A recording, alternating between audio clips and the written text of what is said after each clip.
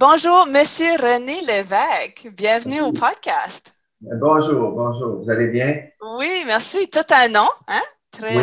honorifique. Oui. Ben non, c'est l'air, qu'on me dit. Célèbre. Exactement. Fait qu'aujourd'hui, on va démystifier votre métier parce que c'est quelque chose en tout cas, moi, j'entends de plus en plus de ce métier-là. Puis je trouve qu'il est vraiment, vraiment important à connaître, surtout avec une population vieillissante où moi, j'habite à Laval. La plupart des ventes, c'est des gens qui s'en vont en résidence.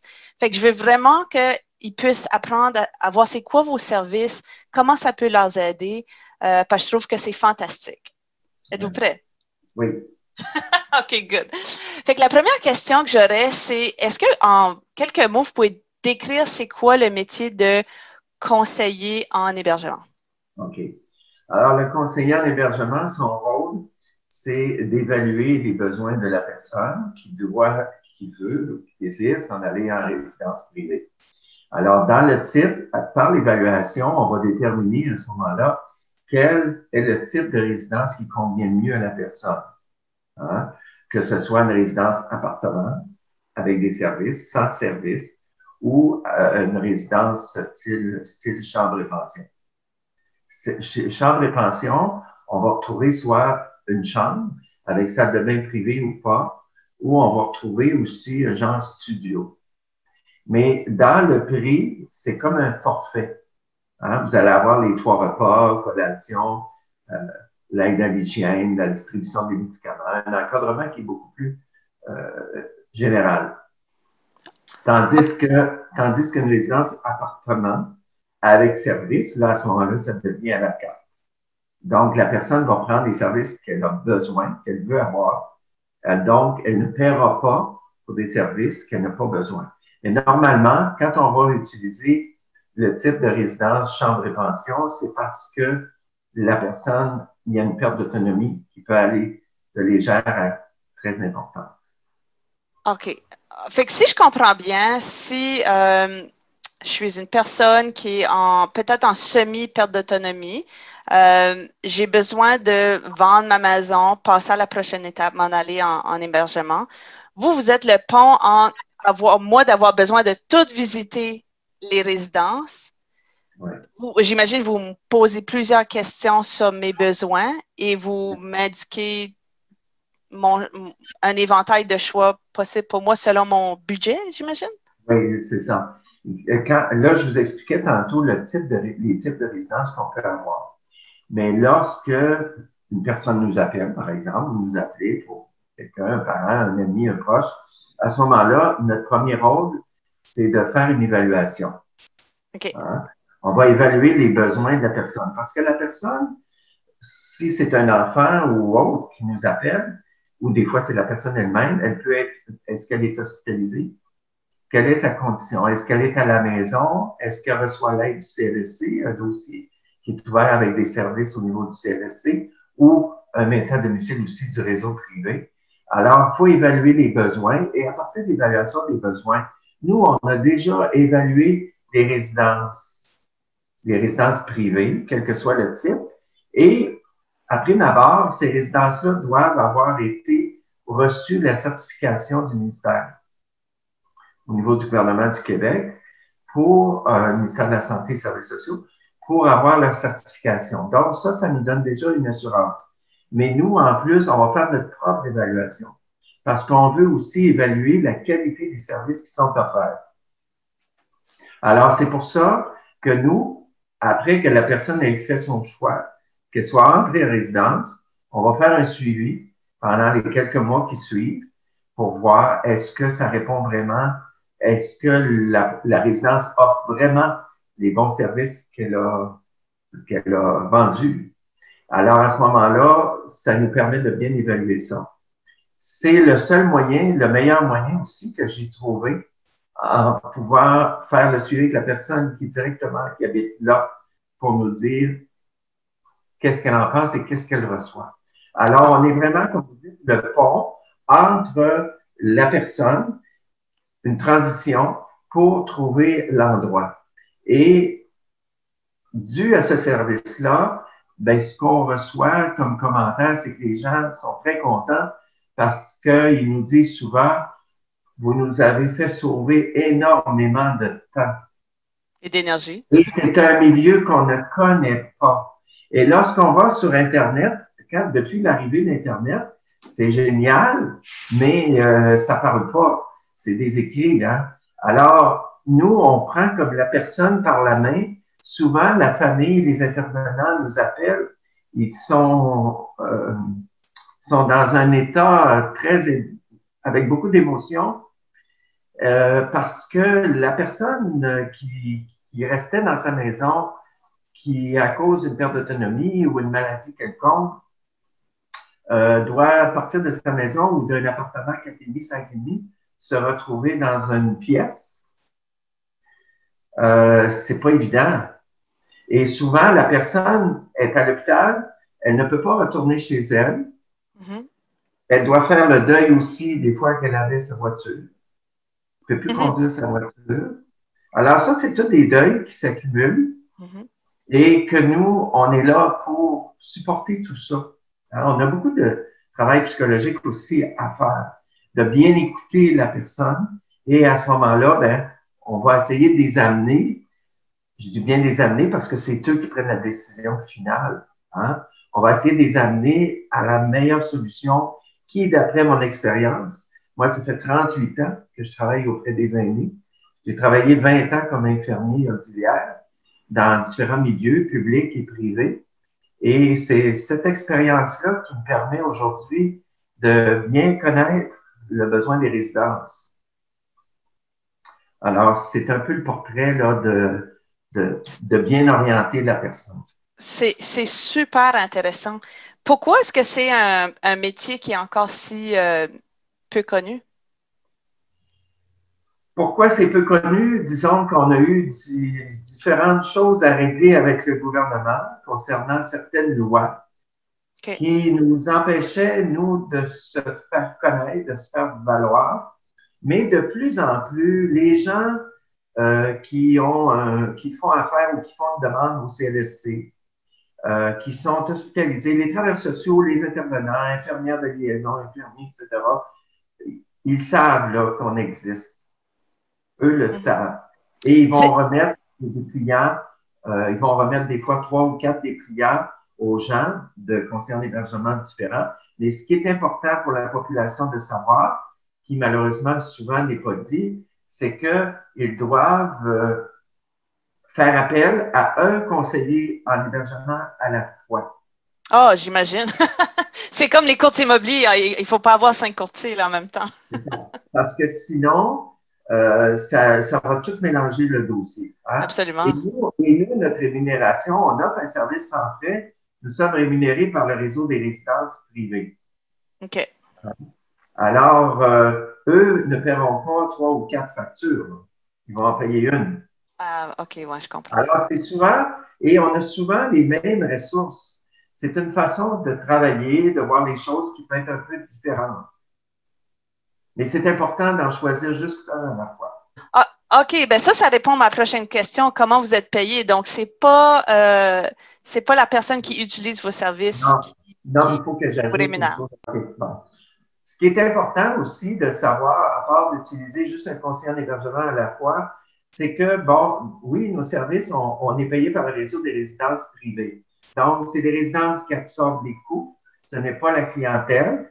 Et ça ne change pas en rien le coût de l'hébergement.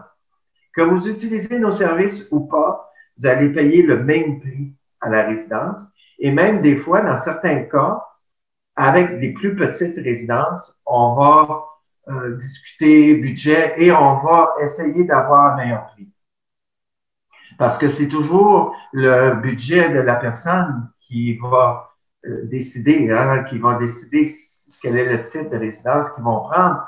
Si la personne reçoit un exemple, la pension de vieillesse avec le supplément seulement, qui donne à peu près 1400, 1500 $ par mois, souvent sont obligés de faire des concessions, des choix pour choisir une résidence, par exemple, avec une chambre, avec tous les services, mais il n'y aura pas nécessairement la salle de bain dans la chambre. Des fois, la toilette, il va y avoir le lavabo, la toilette va être à l'extérieur de la chambre.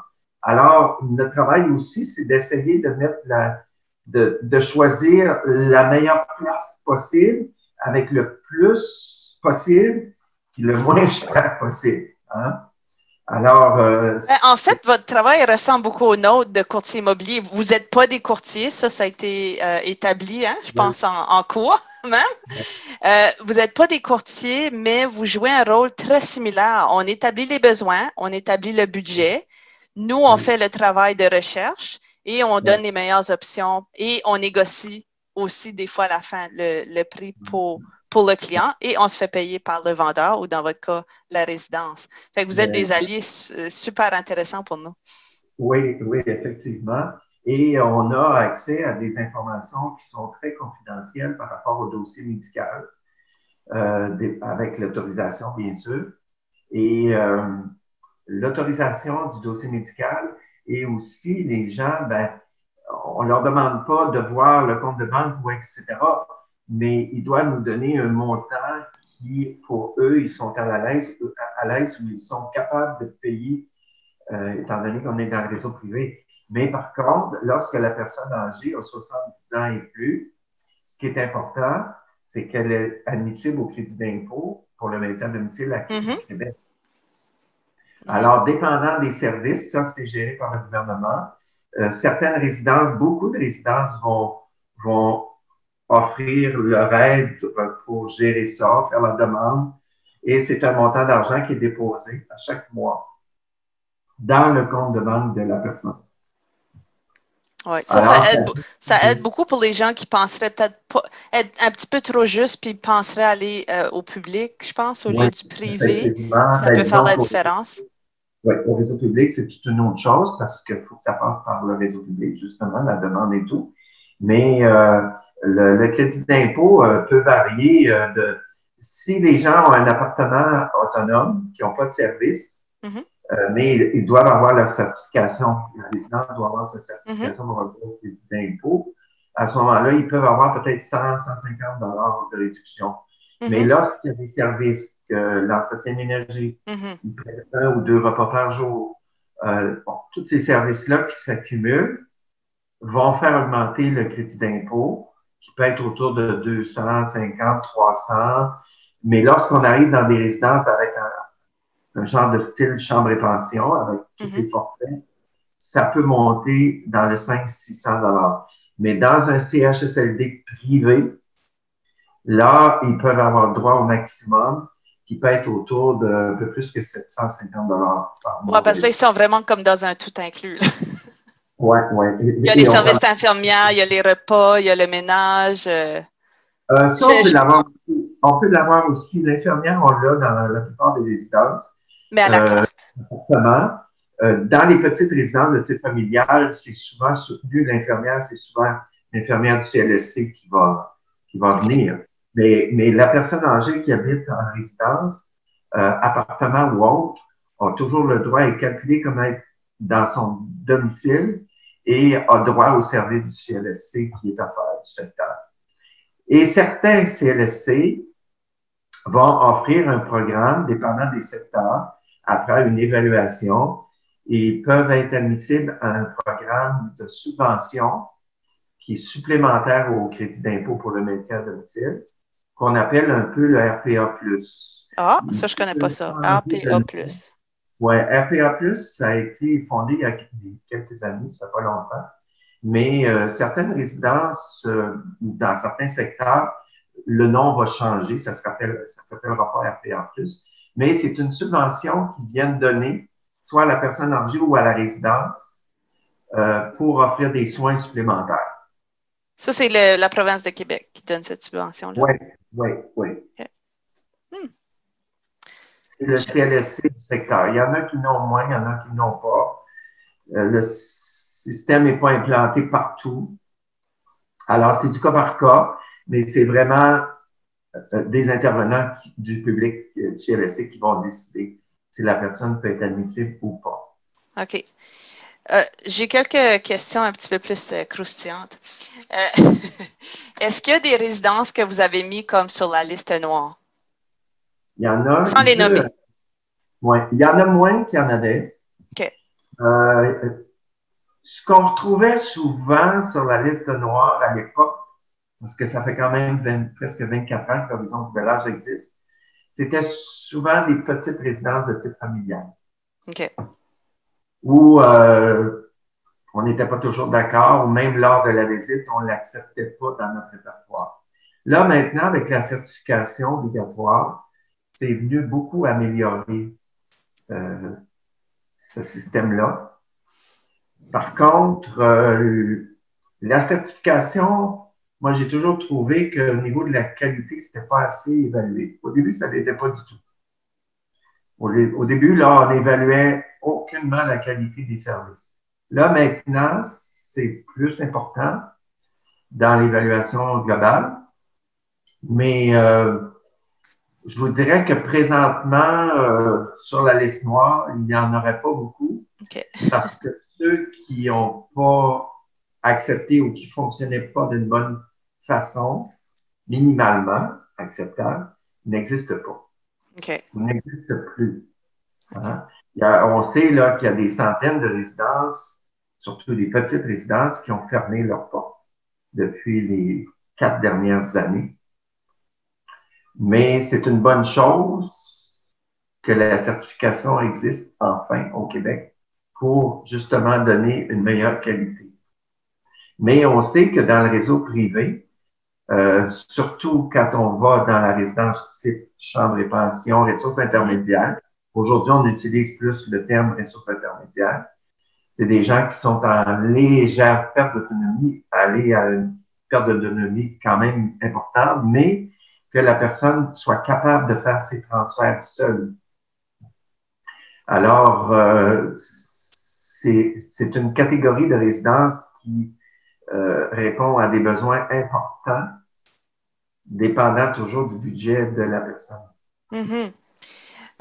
En parlant de budget, vous, si je comprends bien, vous desservez Laval-Laurentide comme secteur? Montréal métropolitain. Et lorsqu'on a des demandes, mettons que j'ai une demande pour Québec, par exemple, ou un territoire que je ne couvre pas, là vient l'importance d'être membre de l'association parce qu'on peut se référer des gens. OK, on n'a pas encore parlé d'association. Fait que je vais faire une pause parce que je vais vraiment en parler tantôt. OK, fait que moi, je suis à Laval-Laurentide, donc vous couvrez ce secteur-là, Oui. votre compagnie. OK. Lanaudière, Montérégie, Montréal, Laval. Wow. Rive-Sud? Pas la Rive-Sud? Oui, Rive-Sud, Montérégie. Wow. OK, fait que vous, ça vous dérange pas de faire un peu de voiture? Non, ça ne me dérange pas, mais je vous dirais que de ce temps-ci, à cause du contexte qui est spécial, on fait beaucoup d'interventions plus par téléphone ou virtuellement, OK. on fait présentement à cause de la pandémie. Alors, tant que cette période-là ne sera pas terminée, notre travail est différent. Hein? Parce que normalement, on se rend sur place à l'hôpital ou au domicile de la personne pour faire l'évaluation, rencontre avec la famille et après ça, on les accompagne. On continue l'accompagnement présentement. Le début de l'évaluation, on va le faire par téléphone ou par virtuellement. Et là, après, mais on peut maintenant, dans la plupart des résidences, accompagner les gens lors de la visite, sous certaines règles de la santé publique. Alors, il y a des résidences qui vont dire, bon, la famille, une personne de la famille peut visiter. Alors, okay. Il y a plusieurs règles. Et nous, des fois, on ne peut pas l'être, mais être présent. Mais en général, présentement, il y a encore une bonne ouverture. Est-ce que ça va rester? Je ne le sais pas. Mais je sais que dans la première période, au printemps, on ne pouvait pas visiter, on ne pouvait pas faire des admissions. Tout était fermé. OK, là, mais vous avez déjà la connaissance de ces résidences-là, vous les connaissez déjà. Oui, fait que même si vous ne la visitez pas avec le client, vous savez qu'est-ce que le client est en train de voir sur place. Effectivement. Okay. Et avec les résidences, on peut faire des visites virtuelles maintenant. C'est excellent, c'est vraiment bien. Mais pour revenir au budget, ça serait quoi, juste pour donner une idée à ceux qui nous écoutent, c'est quoi comme le moins cher en privé, puis ça serait quoi la Cadillac des services et d'une résidence? Combien mensuellement on pourrait voir cette fourchette-là? Bon, si on est dans la catégorie de la ressource intermédiaire ou chambre de pension, là, comme on disait, avec tous les services, le forfait, avec une salle de bain privée, ça va être autour de 2000-2200. Ça comprend les 3 repas. Souvent, le câble, téléphone est inclus. OK. La distribution de médicaments, l'aide à l'hygiène une fois par semaine, tout ça, c'est inclus. Quand il y a un besoin d'hygiène qui est plus important, plus d'une fois par semaine, on parle de problème d'incontinence ou autre, à ce moment-là, il y a des soins qui peuvent s'ajouter et c'est là que le CLSC ou le programme RPA+ va permettre d'en ajouter. Okay. Alors, on dirait une moyenne, je vous dirais une moyenne à peu près de 1800 par mois. Je parlais de 2000 à 2200, mais la moyenne, c'est à peu près 1800 par mois pour une chambre privée avec la salle de bain privée. OK. Là, si la personne a 70 ans et plus, là, dans ce type de résidence-là, si elle va chercher un 300 à 400 de réduction, ben à ce moment-là, il faut diminuer ça. Là. La personne, à tous les mois, va payer le 1800 ou le 2000, mais à tous les mois aussi, elle reçoit le crédit d'impôt dans son compte de banque qui vient réduire. Excuse-moi, à ce prix-là, est-ce qu'on inclut les repas aussi? Oui, les 3 repas. Wow, OK. Les 3 repas, les collations, comme je disais, l'aide à l'hygiène, la distribution des médicaments.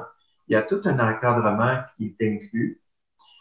Je vous dis, la moyenne de 1800, c'est à peu près, 1800 à 2000, c'est à peu près ce qu'on voit régulièrement. Par contre, ça peut aller beaucoup plus aussi. Hein? Si la personne a encore plus de besoins et que, bon, disons que la perte d'autonomie est plus importante, besoin d'aide à l'habillement, hein, le soir, hein, le coucher, besoin d'assistance d'une personne pour se déplacer, la salle de bain, etc.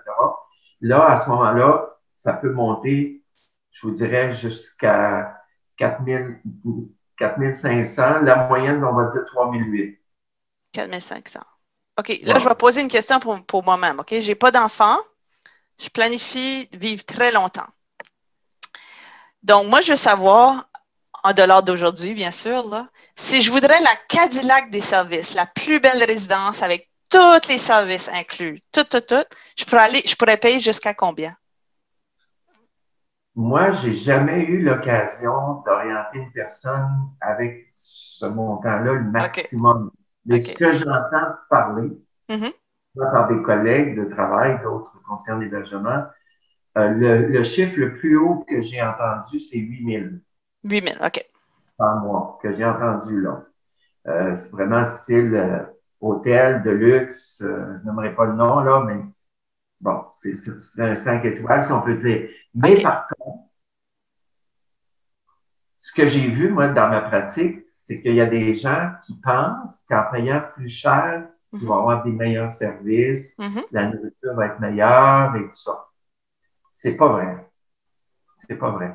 On peut avoir une résidence que la personne va payer 1200 par mois, puis il va avoir des super bons services avec une nourriture maison qui est très, très, très, très bonne.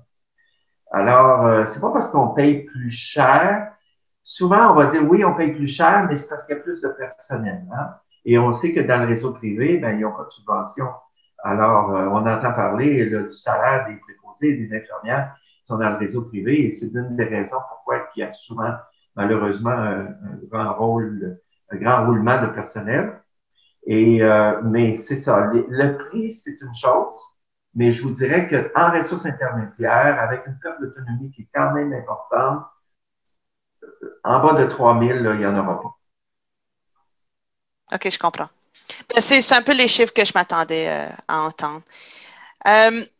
Pourquoi, selon vous, est-ce que les personnes âgées qui ont une maison payée, qui peut être même adaptée à leurs besoins, décident de déménager en résidence quand ils pourraient juste engager pour faire tout ce qu'ils ont besoin à la maison? Pourquoi ils font ce transfert-là dans la plupart des cas? C'est un choix qui peut être à la fois personnel et obligatoire, dans le sens que souvent les gens vont prendre des soins à domicile, que ce soit privé ou public. Mhm. Mais bon, dépendant, est-ce qu'on parle d'une personne qui est seule ou un couple? Si c'est une personne qui est seule, elle n'a pas aucun aidant là, dans la maison, hein, qui peut répondre ou qui peut aider. Et des fois, le couple, les deux sont en grande perte d'autonomie. Mhm. Ça, c'est un choix. Le maintien à domicile ou les soins à domicile, c'est une période qui, heureusement, peut être faite, mais pour combien de temps? Si la personne, elle est seule, ben, elle se retrouve seule la nuit aussi. Et on sait que c'est la nuit qui a le risque de chute. En fin de journée, le soir, la nuit, c'est un risque de chute qui est beaucoup augmenté lorsque la personne est en perte d'autonomie.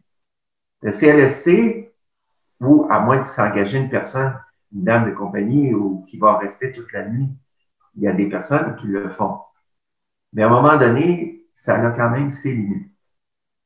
Hein?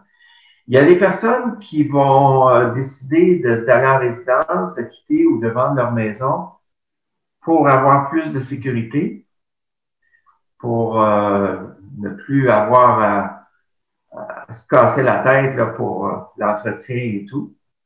Il y a des gens qui vont décider plutôt de s'en aller en condo. Mhm. Mais souvent, la résidence, c'est parce que justement, ils ont un besoin. Mhm. Ça doit être quand même rare que des personnes âgées en pleine forme vont en résidence. Est-ce qu'ils vont plus en appartement, condo, selon vous? Il y en a Quand je qui dis vont pleine forme, 100% autonome, aucun besoin particulier, juste tanner peut-être la lourdeur d'avoir une propriété, puis l'entretien de la propriété et tout. Il y en a beaucoup qui s'en vont quand même en résidence. Tu sais, on disait dans les statistiques dernièrement qu'au Québec, on était la province qui avait le plus d'immeubles de résidence et tout, de logements. Je vous dirais que si on regarde toutes les nouvelles constructions des groupes importants de résidences autonomes, Mhm. ils sont presque tous remplis à capacité à 100%. Wow, ça c'est dans le privé. Oui.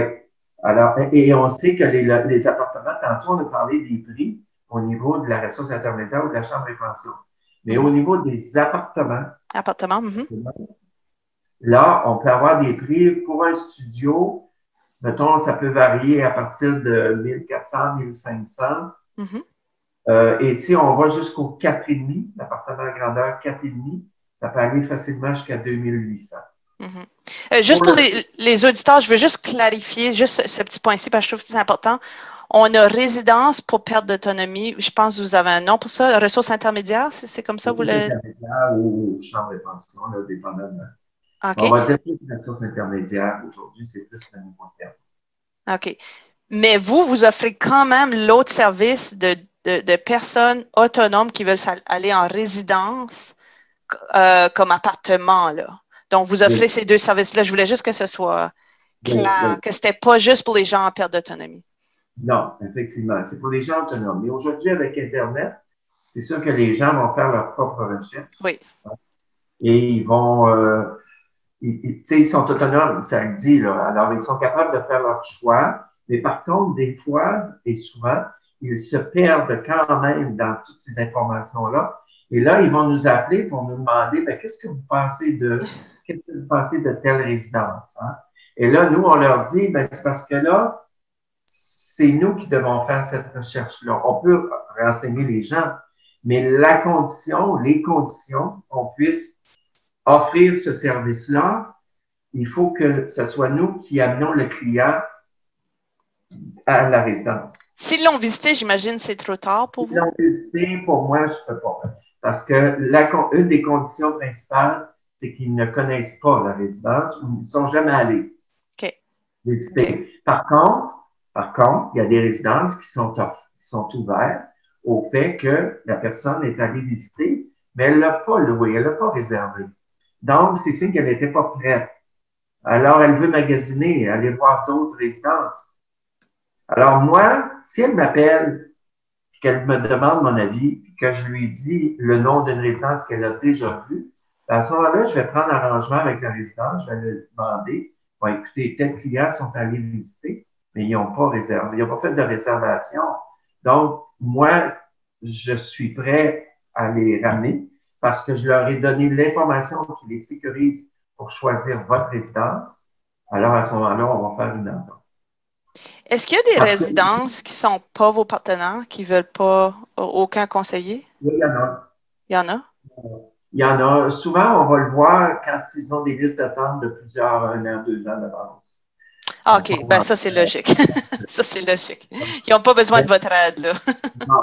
Mais je vais vous dire que l'important, moi, si j'ai un client ou une cliente qui m'appelle, qui choisit une résidence qui ne fait pas partie de mon répertoire ou que je sais que la résidence ne fait pas affaire avec des conseillers en hébergement, ça m'empêchera pas, je vais moins la connaître, mais c'est toujours le bien-être de mon client qui va passer en premier. Même si moi, je ne reçois rien en retour, ça va être quand même j'ai toujours eu cette philosophie-là de bien orienter, de bien faire choisir la bonne place à la personne au départ. Wow, ben, c'est très intègre de votre part. En courtage, c'est un peu la même chose. On va visiter des maisons avec des acheteurs, mais des fois, on voit une maison qui n'est pas sur le marché, qui est Ouais, parfaite pour eux. Mais habituellement, là, on a une entente avec l'acheteur ouais, pour se faire rémunérer directement, puis l'acheteur, ça lui fait plaisir parce qu'on y a trouvé un bijou qui n'était pas sur ouais. le marché, là. Mais Et, excellent. et ça m'amène à vous dire que les résidences qui font affaire avec nous, je vais vous donner un exemple. Je me suis déjà posé la question, pourquoi qu'une résidence a une liste d'attente et me choisit quand même mon client? Mhm. Ce qu'ils me disent, c'est parce qu'avec nous, il y a moins de perte de temps et le client est déjà évalué. Absolument. Il Il est va préqualifié, pas comme on dit en utiliser le courtage. temps parce que des fois, il y a des résidences qui, malheureusement, se retrouvent avec l'admission d'un client ou d'une cliente qui est en grande perte d'autonomie, qui n'aurait pas pensé. Souvent, c'est l'infirmière de la résidence qui va faire l'évaluation. On le voit un peu moins souvent qu'avant, mais des fois, ils se font jouer des tours. Alors, autant avec nous, avec la famille, quand on leur parle au téléphone, surtout là, on ne peut pas les voir, on ne peut pas évaluer en personne, mais il faut s'assurer qu'ils nous fassent, qu'il n'y a pas de cachette de fait, hein? La vraie raison pourquoi, et bon, fait qu'il faut être assez pertinent là, pour voir ces réponses. Je pense que vous êtes probablement très bon à poser les bonnes questions rendues là après tant d'années. Je pense que oui, un petit flair à quelque part. C'est ça, on a comme un petit radar à un moment donné. Moi, j'aimerais vraiment parler de la COVID, de la pandémie, comment ça vous a affecté. Je fais plein de suppositions dans ma tête, comme quoi les gens vont plus en résidence, puis ils restent tous dans leur maison parce qu'on n'a pas assez de maisons en vente. Est-ce que c'est le cas ou avez-vous vu une tendance différente? On voit une différence dans cet automne comparé au printemps dernier. OK. Dans la première partie, je vous dirais que, bon, premièrement, c'est à peu près tout pareil, là, même au niveau des résidences, le téléphone ne sonnait pas. On Et ça n'est n'avait pas pas. de, on n'avait pas de demande. On n'avait pas de demande, les gens Personne avaient ne voulait peur. aller en résidence, il y avait peur, j'imagine. Personne ne voulait aller en résidence, les gens avaient peur. Les gens, moi, ce que des résidences m'ont dit, c'est que les gens qui étaient sur une liste d'attente ont même appelé pour canceller. Et les gens disaient à l'époque, on va attendre la deuxième vague. Mhm. Après ça, on verra. Bon. Mais il y a beaucoup de gens qui sont restés à domicile, qui étaient déjà en perte d'autonomie, dont la perte d'autonomie s'est accentuée pendant la pandémie, pendant les 3 premiers mois, 4 premiers mois, durant cet été. Et là, plusieurs font face à un mur dans le sens qu'ils n'ont plus le choix. Ils n'ont plus le choix. Il y a certains problèmes aussi à recevoir l'aide des CLSC à cause de la pandémie. Quand on parle de stabilité de personnel, c'est difficile d'en répondre. Alors, les gens ne voulaient pas. Ça fait que ce retard-là et cette perte d'autonomie-là a fait qu'à partir de la fin mai, début juin, autant de notre côté et autant de ce qu'on dit au niveau des résidences, que là, les demandes ont recommencé. OK. Et le fait qu'on peut encore visiter, exceptionnellement si la résidence a des cas de COVID ou là, on peut pas, là, mais on ne souhaitera pas que ça prenne du feu partout. Mais présentement, depuis le mois de juillet, juin, juillet, on peut au moins visiter, comme je vous disais tantôt, selon les normes de la santé publique. Et les gens ont recommencé à se diriger. Tu sais, ils ont vu dans la première période qu'ils n'avaient même pas le droit de sortir. Hein? Alors, les gens se sont dit, bon, on a-tu bien fait de rester dans notre maison, notre appartement? Au moins, on est libre de sortir. Tandis qu'en résidence, ce qu'ils ont vécu, c'était très difficile et, à mon point de vue, exagéré, mon point de vue personnel. Mais maintenant, là, au moins, ils peuvent, selon certaines règles, mais sortir. Il y a une vie quand même qui se fait. Il n'y a pas d'activité vraiment. Il y a une résidence que j'ai visitée dernièrement qu'ils ont repris certaines activités avec les distances. On parle d'une résidence avec beaucoup de monde, là, beaucoup de services, beaucoup d'activités. Mais en général, moi, je trouve que ça va mieux maintenant que ce qu'on a vécu au début. Les gens sont plus rassurés.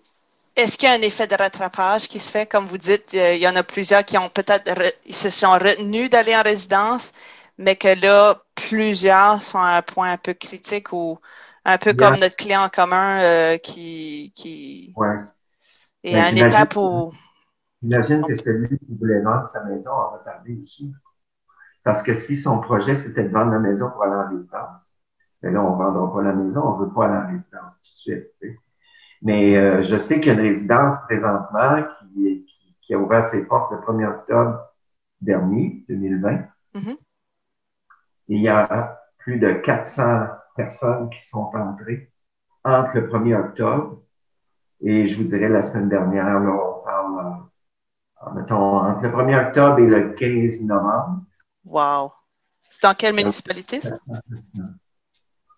À Laval. À Laval. OK. C'est un nouveau projet. Hein?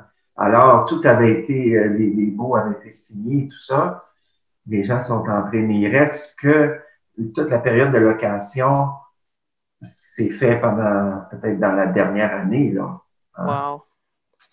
Mais c'est pour dire comment la popularité est encore là pour choisir une résidence. Mais souvent, les gens, la première réponse, c'est pour la sécurité. Mm-hmm. La sécurité. Oui, la sécurité, de savoir qu'il y a une infirmière sur place en cas d'urgence, de savoir, et surtout la personne seule, si elle tombe, c'est sûr que s'il y a des chutes qui se font, puis qui sont dans leur maison, ou etc., ben à ce moment-là, c'est plus difficile. Mais il y a certains systèmes qui sont... on va attendre un peu, là, parce que là, l'horloge sonne. Bon, c'est ça. Il y a certains systèmes d'aide. On parle des bracelets, on parle de différents systèmes de communication qui aident la personne si elle tombe, etc. Mais c'est toujours quand arrive la période des troubles cognitifs que c'est plus difficile. Hein? La personne qui a des pertes de mémoire de plus en plus importantes demeure seule dans sa maison, elle devient vulnérable. Ça peut être n'importe qui va sonner à la porte là, dans le temps de noirceur. Les journées sont plus courtes. C'est qui sonne à la porte? Est-ce qu'ils ont vu que cette dame-là, elle habitait seule depuis un certain temps, puis qu'elle sort juste pour faire sa petite commission pas loin, mais cette personne-là, là, elle doit avoir de l'argent caché. Tu sais, les intentions sont mauvaises, et c'est pour ça que ça devient insécurisant, puis ça devient stressant pour les familles. Parce qu'ils savent bien qu'il y a toujours... Bon, je connais une famille présentement que eux, ils retardent l'entrée en résidence pour différentes raisons, dont la COVID. Et ils voulaient s'assurer d'être capables d'aller voir leur mère parce qu'ils ont dit, si on rentre notre mère en résidence, on ne peut pas aller la voir, on va se laisser mourir. Là, hein? Alors, ils ont tout mis un processus en marche pour donner des soins à domicile, qu'elle ne soit pas seule, sauf la nuit. Des fois, il y a quelqu'un qui va aller, qui va demeurer avec elle. Mais ça devient très épuisant pour la famille et rapidement, ils sont épuisés. Alors, ils doivent faire affaire avec un service privé de soins à domicile. Le CLSC vient offrir le maximum d'heures qu'il peut offrir. Mais ça ne peut pas durer indéfiniment parce que souvent, ils vont s'apercevoir que la personne ne se nourrit pas bien, qu'elle va accumuler de la nourriture dans son réfrigérateur, qui est passé de date. Même, il y en a des fois qui vont faire livrer des repas, mais ils se rendent compte que la personne, elle n'a pas mangé ou elle a mis de côté, elle a pris 2, 3 bouchées. Fait que, moi, j'ai pour mon dire que oui, le maintien à domicile est important, mais ça a toujours une limite. Et surtout dans les troubles cognitifs, que ce soit de type Alzheimer. On ne se le niera pas, là. C'est un must d'avoir des professionnels rapides, qu'on n'a pas à la maison. Huh. Ouais. Là, puis, quand on sait que chaque personne, que ce soit les propres enfants ou autres, ben, disons qu'ils ont leur travail, ils ont leur vie à faire. Alors, ça demande une implication qui est vraiment très, très importante et épuisante avec le temps. Alors, c'est pour ça qu'ils vont choisir à ce moment-là la résidence, parce qu'ils se disent, ben, au moins, je sais qu'elle est en sécurité. Et moi, je conseille toujours, lorsque votre parent ou votre proche que vous aimez est dans une résidence avec soins, que ce soit un CHSLD privé ou public, que ce soit une résidence où elle est très dépendante du service de ses besoins par rapport à la résidence, qu'ils doivent répondre à ses besoins, ben moi, je dis toujours, il faut visiter ces gens-là. Il faut au moins une fois par semaine aller voir pour s'assurer que tout est correct. Mm-hmm. Parce que ce sont des personnes, on dit, vulnérables. Hein? Et surtout lorsqu'ils sont alités, qui sont dans un CHSLD, ça demande encore plus de visites, de mise au point pour s'assurer qu'ils reçoivent les bons soins, les bons services. Mm-hmm. On droit à ça. Ah, c'est pas évident. Ce que je trouve particulièrement triste en ce moment, c'est de ne pas pouvoir visiter, comme vous l'avez mentionné tantôt, les gens qui sont en résidence. Est-ce que c'est toutes les résidences en ce moment qui ont cette règle-là qu'on ne peut pas rentrer et visiter? Actuellement, depuis l'été passé, là, à la fin de la première vague, les gens peuvent visiter. Présentement, en général, ce qui est convenu dans les règlements, c'est que une personne qui est nommée aidant naturel peut aller voir, peut visiter la personne. Lorsqu'ils ont tout coupé, ils ont tout enlevé les visites au printemps dernier. Là, à ce moment-là, les gens ne pouvaient pas visiter. Est-ce que ça a été une bonne chose? Moi, je pense que non. Moi, je pense que un aidant naturel est assez intelligent pour comprendre la procédure, au même titre qu'une personne du personnel arrive qui n'a jamais mis les pieds là, qui n'a jamais rentré dans ce milieu-là. Hein? Alors, ça prend une formation de base pour comprendre les principes, pour se protéger justement contre le virus. Et là, maintenant, heureusement, ils peuvent au moins avoir une visite. Là. Ouais, c'est tellement important. C'est tellement important pour eux. Moi, ce que j'ai trouvé drôle, vous savez, on dit toujours que les personnes âgées sont oubliées beaucoup, surtout ceux en perte d'autonomie, sont oubliés. Même dans le temps des fêtes, quand arrive le temps de Noël, ils ne reçoivent pas nécessairement de visite. J'ai trouvé un peu bizarre l'effet lorsque la pandémie est arrivée, que tout le monde criait haut et fort et était sur les trottoirs des établissements pour les visiter tout d'un coup. Ça, là, moi, ça m'a dépassé. Je me suis dit, ben, voyons donc, où est-ce qu'ils étaient, ces gens-là? Alors, l'espérance, c'est que j'espère que ça leur fait ouvert, qu'il y a une ouverture qui s'est faite pour continuer à vouloir s'occuper d'eux. C'est tellement important. Tellement. J'ai peut-être une dernière question avant de conclure. Juste un petit peu croustillant encore. La situation dans le système public cette année a été une catastrophe au Québec. Selon vous, c'est quoi les grandes différences entre le réseau public et privé qui a fait que c'était si grave au niveau public en termes d'éclosion et de contagion? Vous savez, pour y avoir travaillé pendant 20 ans dans le réseau public, on sait comment c'est complexe. Moi, quand j'ai quitté le réseau public, à la fin des années 90, c'est parce que j'étais plus bien dans ce milieu-là. J'avais l'impression de travailler plus dans une manufacture que dans un centre où il y a des humains à l'intérieur. Hein. Alors, ça a été une des raisons qui m'a fait abandonner. Le réseau est de plus en plus complexe à gérer. Moi, quand j'ai commencé comme infirmier dans le réseau public, chaque hôpital, chaque CHSLD avait son directeur général, directeur des ressources humaines. Il y avait toute une équipe de gestion toujours en place. Bon, avec les années, toutes les coupures qu'il y a eu, les changements, les modifications, on a tout perdu ça. Alors, moi, je pense que c'est tellement complexe que ça leur conduit à une catastrophe de ce genre-là.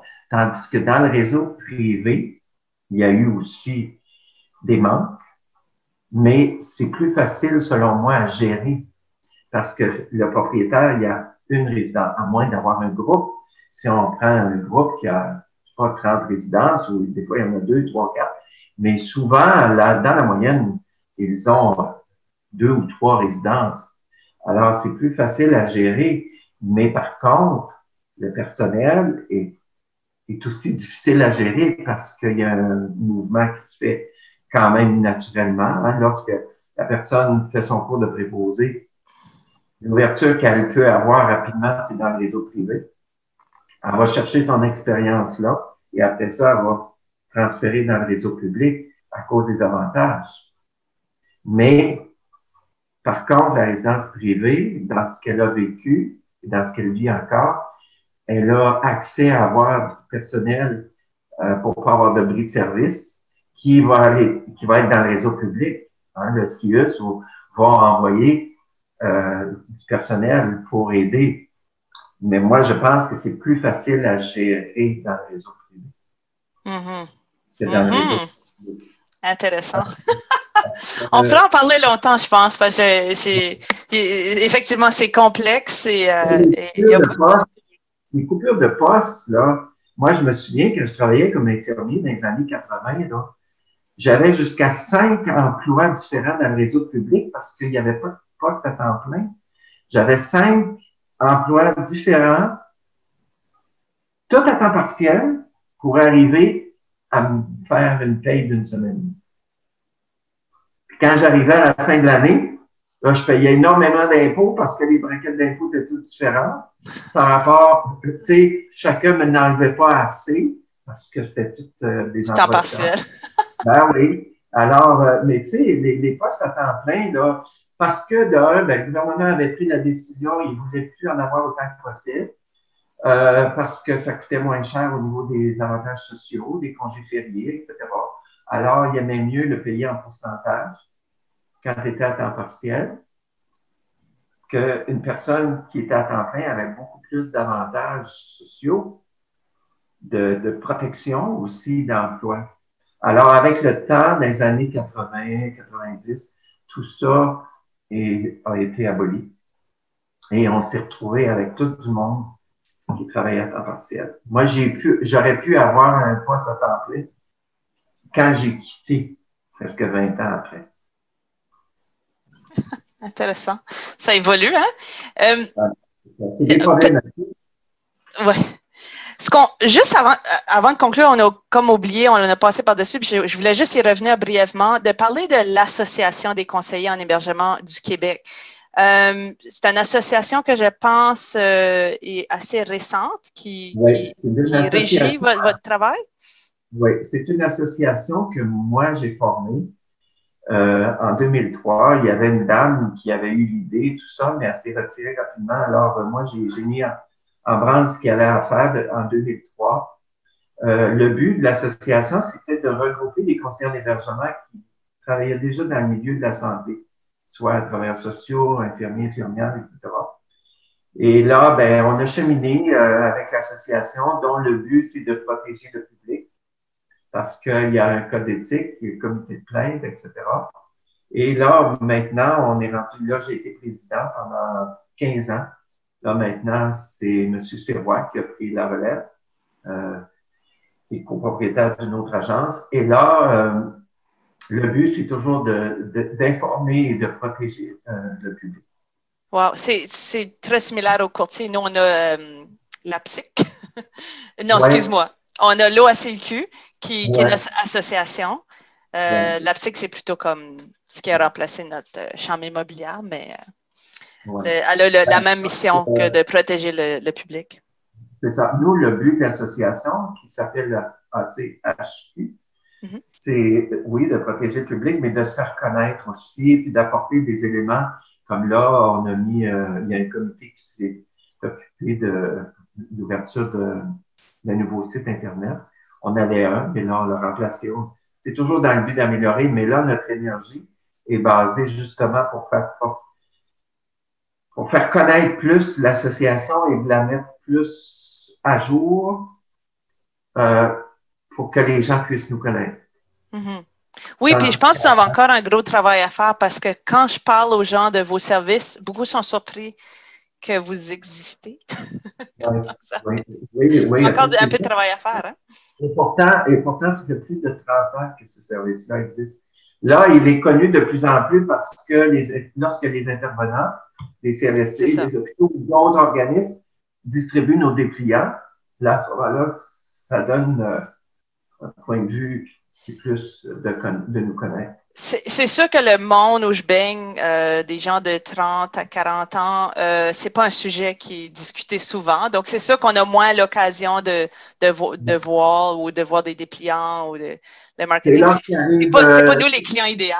Non. C'est lorsqu'il arrive l'événement qui fait que grand-maman, grand-papa ou ma femme que je m'occupe, là, ça ne fonctionne plus, elle doit rentrer à l'hôpital pour X raisons, ou elle a fait une chute, et là, les gens paniquent un peu, qu'est-ce que je fais?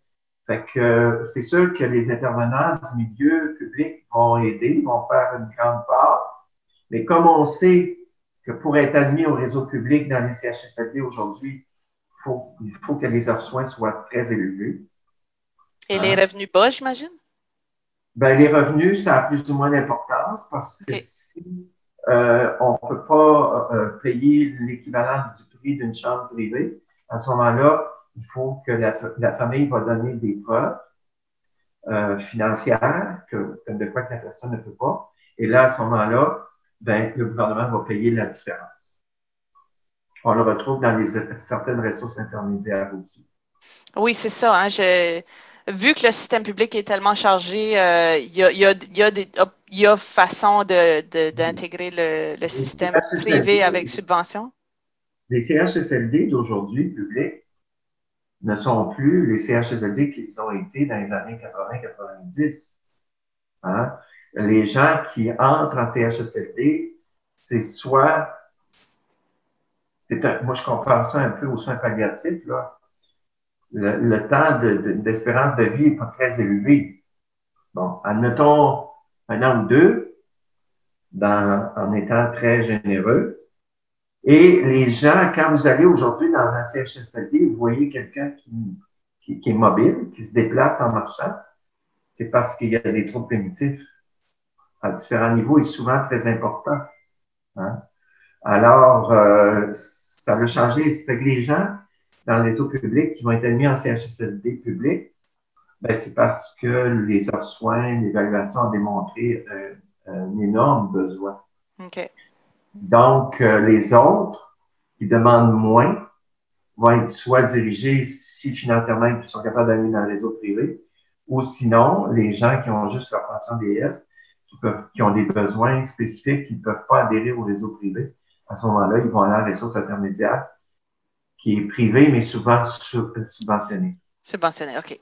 OK. Je pense que je commence à mettre les morceaux ensemble là, de votre métier. Alors, vous comprenez notre utilité. Oui, On effectivement. démêler tout ça parce que c'est pas évident pour quelqu'un qui n'a pas cette connaissance-là. Non, effectivement. Puis si justement il y a pas d'enfants impliqués, ça devient complexe. Et même avec Internet, il y a beaucoup d'options. J'ai fait des recherches, puis j'ai vu des centaines d'options rapidement. Je sais pas comment je pourrais démêler tout ça. Ce que je remarque surtout, là, c'est que les gens souvent vont choisir une résidence basée sur où leurs amis sont. Oui. Ça, c'est quelque chose que je vois souvent. Ben, ah, je connais quelqu'un qui vit là, fait que je vais aller là. Même Ouais. si peut-être c'est pas la meilleure résidence pour eux, mais ils ont ce lien-là qui les aide à faire ce choix-là, sans Oui. regarder les autres options, souvent. Surtout quand ils demeurent, qui ont demeuré toute leur vie dans la même ville, dans le même Oui, quartier. c'est ce que je Alors, constate. ils vont essayer de se regrouper, c'est ce qui est important aussi. Oui, Mais une oui. personne qui est seule, vraiment seule, et que les enfants ou le proche aidant, le répondant, habitent complètement à l'extérieur, là, il y a des décisions à prendre. Est-ce qu'il va déménager, se rapprocher du répondant, ou il va demeurer dans son secteur? Parce que des fois, c'est bien beau de dire rester dans le secteur, mais quand tu n'es même plus capable de sortir de l'établissement parce que tu es en fauteuil roulant ou tu n'as pas accès, euh, ça amène à faire des choix. Mhm. Puis vous êtes là pour les épauler, puis je trouve que c'est merveilleux ce que vous faites.